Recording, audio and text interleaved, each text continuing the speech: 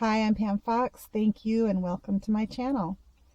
I would like to do a review of fruit after 4 today. So, if you follow me and watch my videos, you've heard me mention it probably 2 or 3 times now, and I've been wanting to do my own quick review on the fruit after 4 diet. I haven't been on it for a year like I have been on raw till 4, but in my assessment, the developer of this diet, which was just released earlier this month in June, it's only been out for about a month. She's a raw till 4 like I am, and she's a proponent of raw till 4 as I am. But what she's done is taken raw till 4 and really kind of worked some of the bugs out. And so I want to share some of the 3 top reasons I'm really excited about fruit after 4, and also the results for the short little period of experimentation I myself have been having with fruit after 4. So fruit after 4, Savy is the developer of the diet, and as I said, she just released this diet and an ebook earlier this month. So check out her channel. It's Earthling Nutrition. I'll put the link below. So basically, fruit after 4 is the same as raw till 4 in that you're still hitting that 2,500 calorie or more mark per day if you're a woman, 3,000 if you're a man. You're still eating the same foods. It's high carb, low fat, vegan. It's the exact same foods, but you are eating fruit for dinner. Now, what you eat during the day is up to you. She recommends that you eat a cooked starch meal for breakfast, a cooked starch meal for lunch, and a fruit meal for dinner. But again, you can do whatever you want as long as you're eating the fruit for dinner. Okay, so number one thing I'm excited about fruit after 4 is that when you eat fruit for dinner, you are eating the fruit, and it digests at a much faster rate than a cooked starch dinner would. For example, rice. So when you eat rice, you eat the rice, and the pancreas is going to create and release insulin in order to deliver that glucose into the cells. And that's not a bad thing. That's perfectly fine. That's natural and good. However, when there's an insulin response to glucose, fat metabolism stops. Okay, so here's the exciting part. There is a opportunity and a potential for fat metabolism at night when we sleep. And this is something that I don't think I've ever heard much emphasis on before, and I'm a personal trainer, the fact that we burn fat while we sleep. But it can only happen if we are in a fasting state where insulin is not present in the body. So when we eat fruit for dinner as opposed to, let's say, rice for dinner, yes, there is glucose in that fruit, but it's primarily fructose. And so if, let's say, you eat at 5, by 9 o'clock when you go to bed, you're already entering into that fasting state, and there's very little to no insulin left in the blood at that period. So you have that potential all night long for fat oxidation. Whereas if you were to eat rice for dinner, that's a high starch, high glucose. You have the insulin response. The insulin is now in your blood. It digests at a much slower rate, and you go to bed and you lose that potential to burn fat.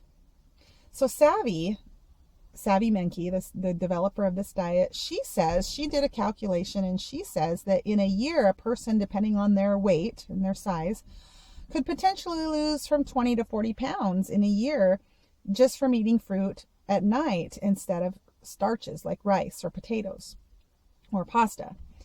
So to me, that's pretty exciting. I mean, it's not a lose weight quick method by any means, but 20 to 40 pounds in a year is very exciting. I mean, I've been on the raw till 4 diet for almost a year, and I've only lost about little over 15 pounds. Right now I'm at 19 pounds, to be clear.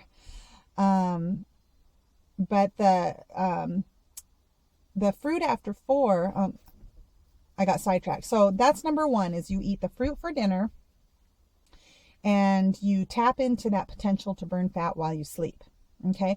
Number 2 is she recommends that you do your workouts in a fasting state as well. So in the morning, when you wake up in the morning, you've been sleeping all night, you haven't been eating, so you're in a fasting state, do your workouts then. And most of us know this. We know that when we work out in a fasting state, again, we have that higher potential. Well, we tap into fat stores when we work out, when we do our cardio in a fasting state. Because if you eat and then you work out, your body's just going to metabolize and utilize, the fuel that you just put in it. It's going to tap into that first because it's most readily available, instead of tapping into your fat stores on your body, which is what we want if it's a goal to lose weight, which most of us want to take off a few pounds. Myself, I still want to lose a little bit more weight. And I plateaued. I was on raw till 4 and I was losing weight at a nice steady rate. And then I plateaued. I started at 185 and I plateaued at 170. And that's what Savy talks about. She felt that the raw till 4 diet, while fantastic, she felt that the explanation of people plateauing or gaining weight on raw till 4, that explanation of, well, it's just metabolic damage. She's not saying that's not true, but she says there may be more to it.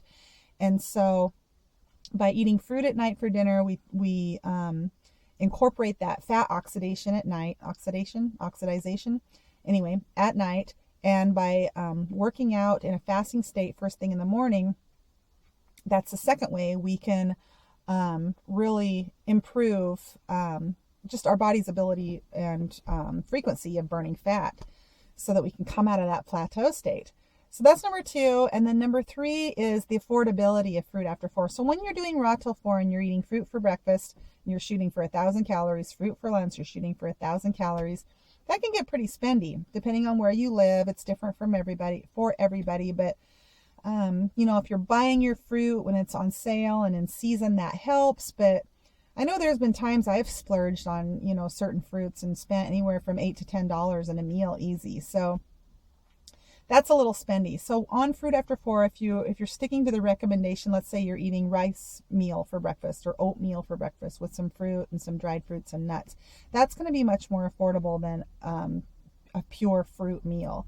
And so then you're eating, more things like rice and pasta and quinoa and these types of things for your cooked meal, oatmeal. And then you're having your fruit for dinner. And let's say you're having 1,000 calories of, cooked starches for breakfast and again for lunch. Then you have fruit for dinner. Then that means you only have to come up with about 500 calories worth of fruit for dinner, which is half of what you would normally be doing, in a meal for breakfast or lunch. So affordability is definitely a factor in fruit after 4 as well. And I know a lot of people will find that exciting, because I hear people say all the time, well, I would be a vegan, but I just can't afford it. So I've heard that excuse. And again, it is just an excuse, but it can be a valid excuse for many people. So this kind of overcomes that. So that's number 3. And then my own, personally, like I said, I started incorporating fruit after 4 this month. Maybe 3 to 4 times per week I would eat the fruit for dinner.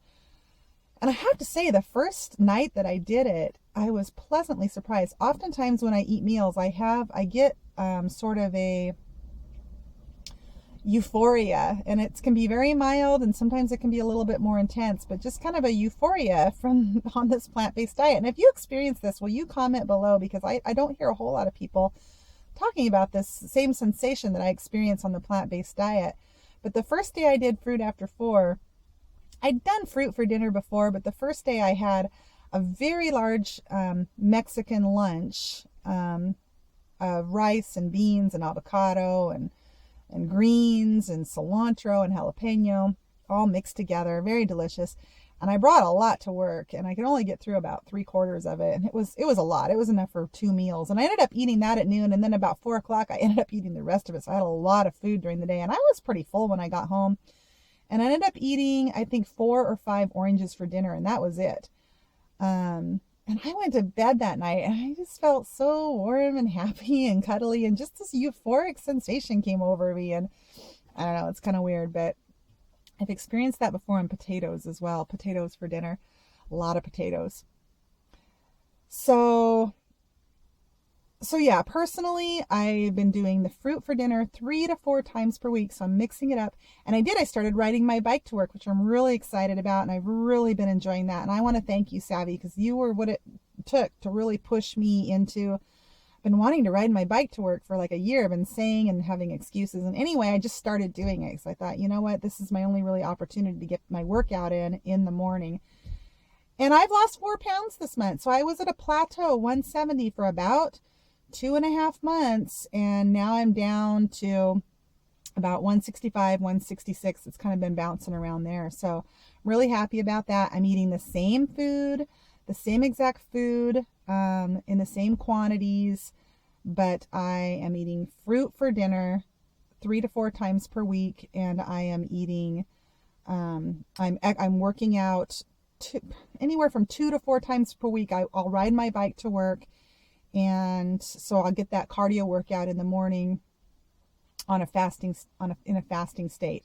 Now, I also ride my bike home on those days, so I am getting some additional caloric expenditure from that additional bike ride. But I would say that's a factor. But I'm still doing my workouts on the days that I don't ride my bike. I do my workouts at work on my break. But all in all, it's flat all the way. There's no hills. It's not really my bike ride. I wouldn't call it challenging or intense. It's about 35 minutes on the bike, flat, just kind of cruising along.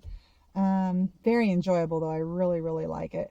So thank you, Savy, for being my inspiration for that. And thank you for what you're doing. I'm really excited about Fruit After 4. I've been sharing it with others. Now I've made this video. So again, her channel is Earthling Nutrition, and I'll link that below. Go check her out. She's posted a lot of videos this month, answered a lot of questions.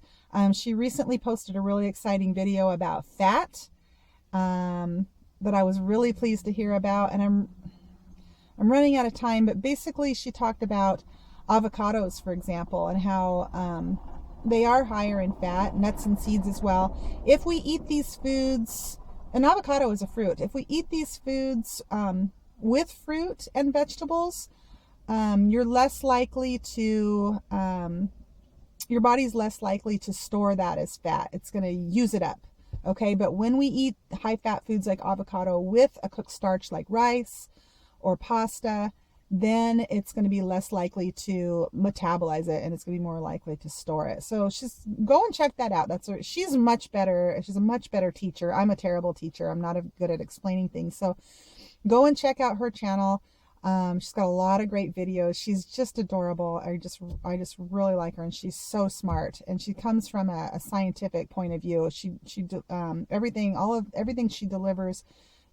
She delivers it with, she backs it up with scientific studies. So I really enjoy her and appreciate. Thank you, Savy, for all you're doing.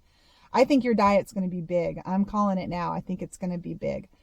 Okay, so I think that's it. If you like this video, don't forget I have other videos. I've been busy making other videos, sharing my story, my journey.